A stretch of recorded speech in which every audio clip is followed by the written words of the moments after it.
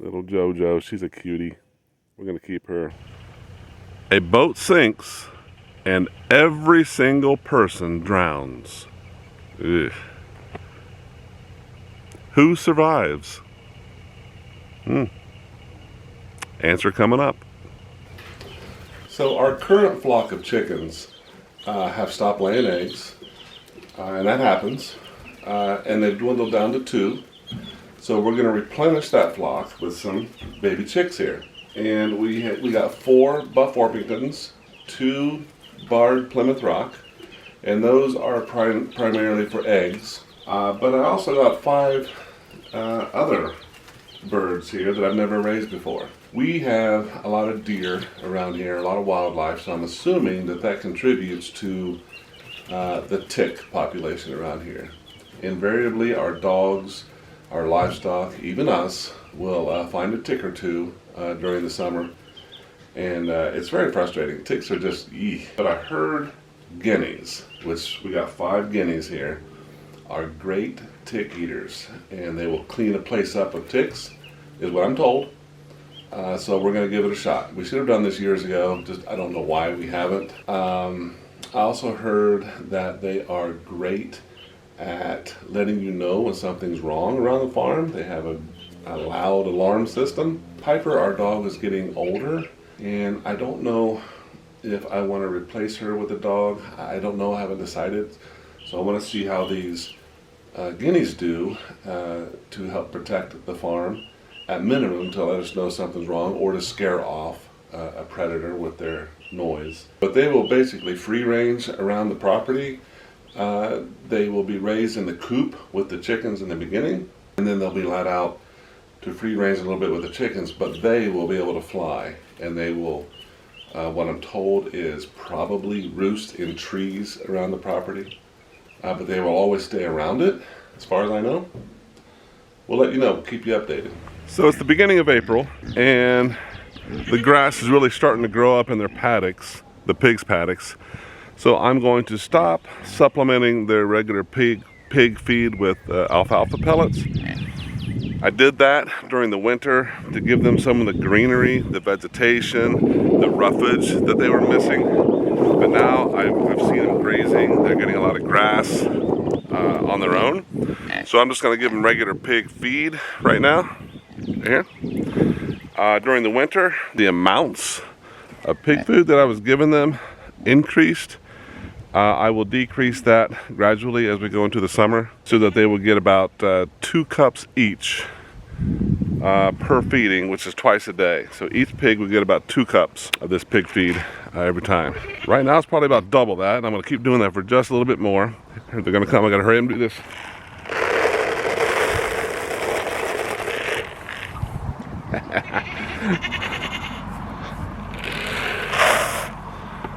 I wanted to tell you, I told you I'd keep you updated on this, but if you can see right here, this is where I put that extra straw when it was really muddy.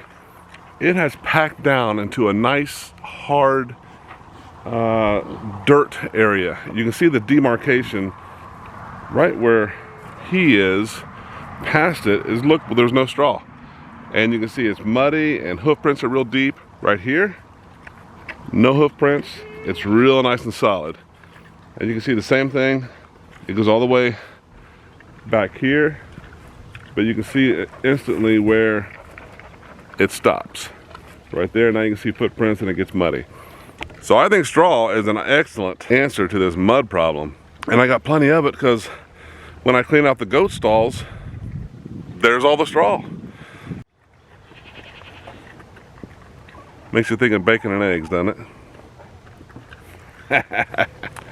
Well, in case you have forgotten or you didn't see last week's video, this happened. two young'uns from Meadow right here. Oh, they're so cute. What's funny about them is both their mom and their dad have these ears that stick straight. See her? But theirs are flopping down like a boar goat or something. I don't know if they'll grow into them or not, but both of them flop down, and their mom and dad both have ears that don't. So that's kind of interesting. But they are both full-blooded myotonic, a boy and a girl. And my gosh, are they cute. She had zero problems. She's been a great mom. It's a first-time mom for her. And the kids are doing very well. Plenty of milk. I'm just impressed. Meadow has been just, I've said it before a million times, she's just been my favorite goat.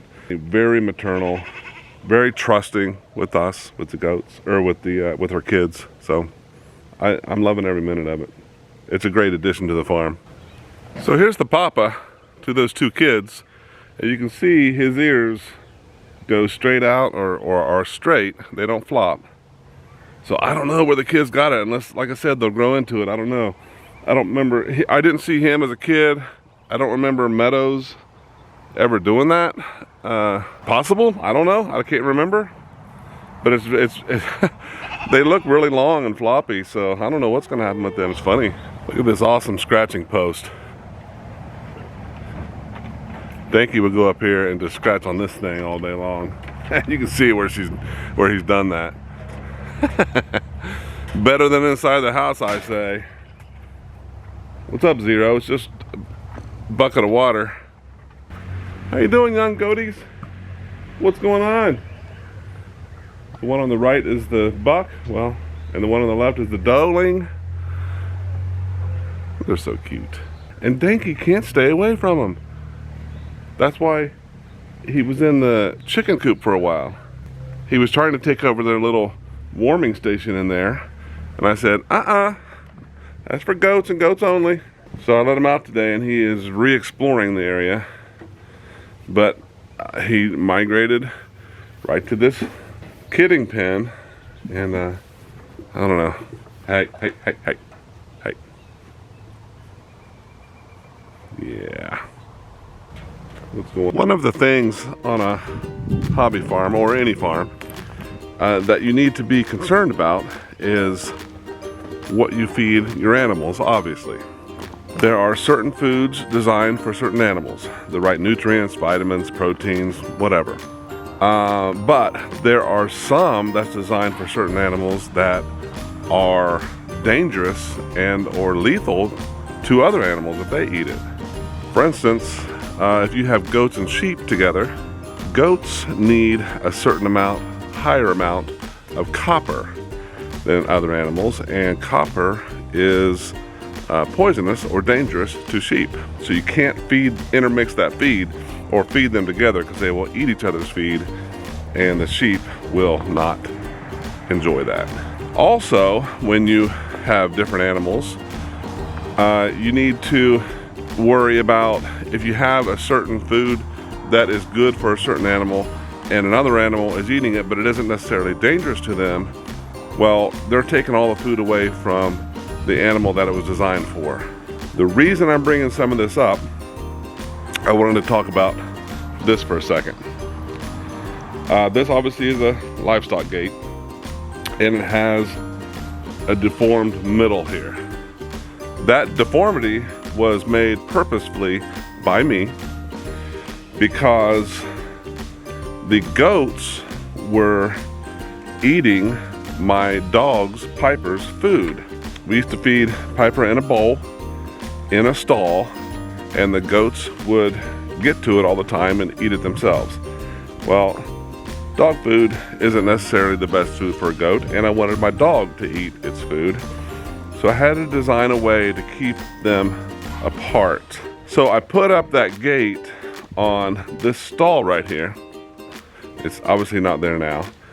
And I used a jack for a car, and I put it here and pried these two bars apart as much as I could without cracking or breaking the bars. And I did that because I taught my dog how to jump through that space to its food into the stall. So I kept the gate closed at all times, and Piper would go in there to eat and or sleep, and nothing else could get in or out. It worked perfectly for a while, but then I needed the stall as a birthing stall or an isolation stall, and Piper's food had to be moved out. That's when we got that feeder system that we have now, it does very well. The goats can't get into it. It's right here, I've showed it to you before. She just presses on it with her nose and accesses the food that's in there, and the food lasts many days. I mean, you can fill it up, and it's weather resistant, not weatherproof. That's why it's under a roof, but it does awesome. It's perfect for the job. What I'm going to try to do now is use a sledgehammer of sorts and try to bang these rods back straight across. Doesn't have to be perfect, and it isn't to use it as a gate. I'm actually going to use it as a creep feeder for the goats and for the pigs whenever I have piglets. I'll turn it sideways so it's laying on its side like this one, and I will put probably a little bit of cattle panel on these last two larger slots, and then the rest, the goats can walk through, the baby goats, and piglets can walk through, and not the adult goats, and it'll be a perfect creep feeder gate. Creep feeder is you want to introduce the young ones to some adult-like food, or even adult food period, and the adults are eating it all up and not leaving any for the young ones. So you make a little area for just them that they can go into and out of at whenever they want, and the adults can't get in or out, and it's perfect. You can feed them either infant food of some sort or adult food, and they have access to it, and the adults can't eat it like they all will. Like Zero will not let a young'un have food that he wants. Isn't that right? So anyway, that's my project right now. I'm gonna see if I can bang that out a little bit. All right, when in doubt, use a sledgehammer, maybe? How's that for a statement? Anyway, there it is.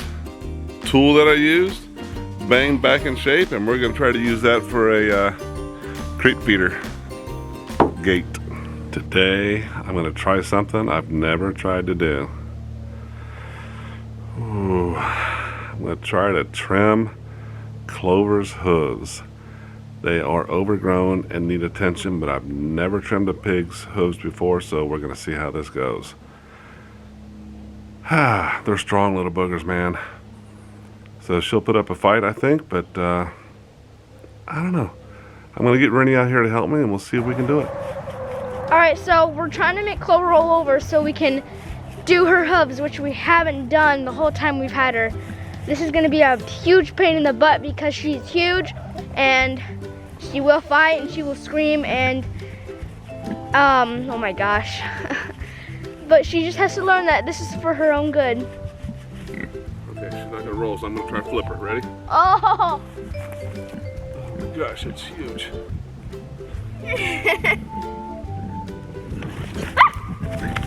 Heck.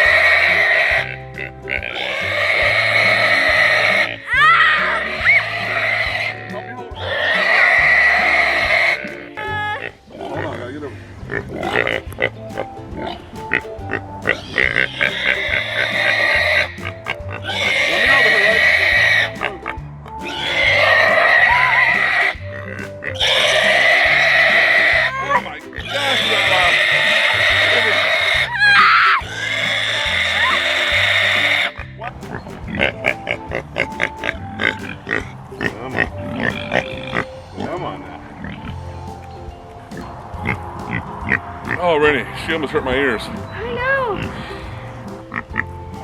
Stop it! Get off the road! What the heck? Lavender! She jumped on the Yeah, I don't know that.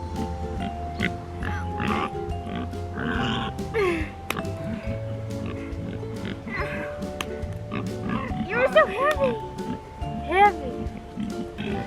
Oh, she just snotted in my face. She sneezed me. So they have a white clear spot right in here. You can cut all the way down to the pink. Don't move so much. And once you get them on their back, they relax. I mean, it was tough, but she's definitely more relaxed than she was. And it's rough on the back, I'll tell you that. Right now. But these toes are starting to curl up a bit, so, and I'd never done it before, so I was kind of nervous, but if I can do her, she's our biggest one right now. And see how calm she is? That's awesome. She's so pink on the belly. Now, Lavender was curious what was going on, and she was running around like, what are you doing to my stallmate? But she calmed down. Yeah, Lavender even jumped on her. You can see the pink real good, real easy in the sunlight here. But you don't want to get down to it because it'll be painful and it'll bleed, but you can see it. I can cut that even a little more here. There we go. It's just like our fingernails. Because it's the pink and the white, it just want to cut the white. There we go. Now, I'm going to try to get the back ones, but I got to move to do it. Don't sit on her. No, don't sit on her. Yeah. You hold her. If she starts wiggling, don't let her go sideways. Make her good. Yeah. Go to the back. It's okay. Don't let her up. Hold on.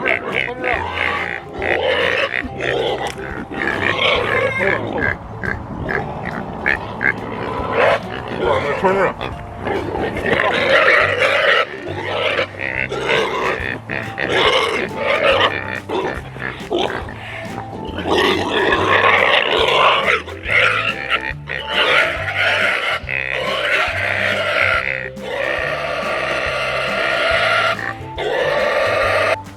I gotta get on her again. I'll get on her.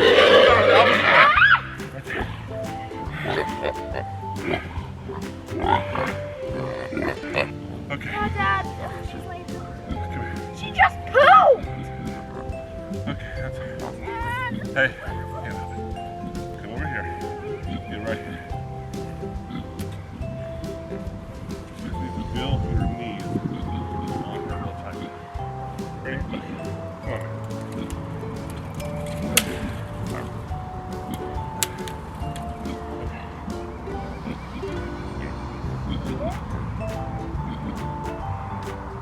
Her feet on the ground is what? Hold on.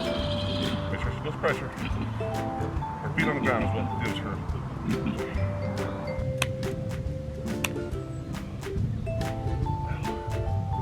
What happens? She calmed down again. Just because you're on her.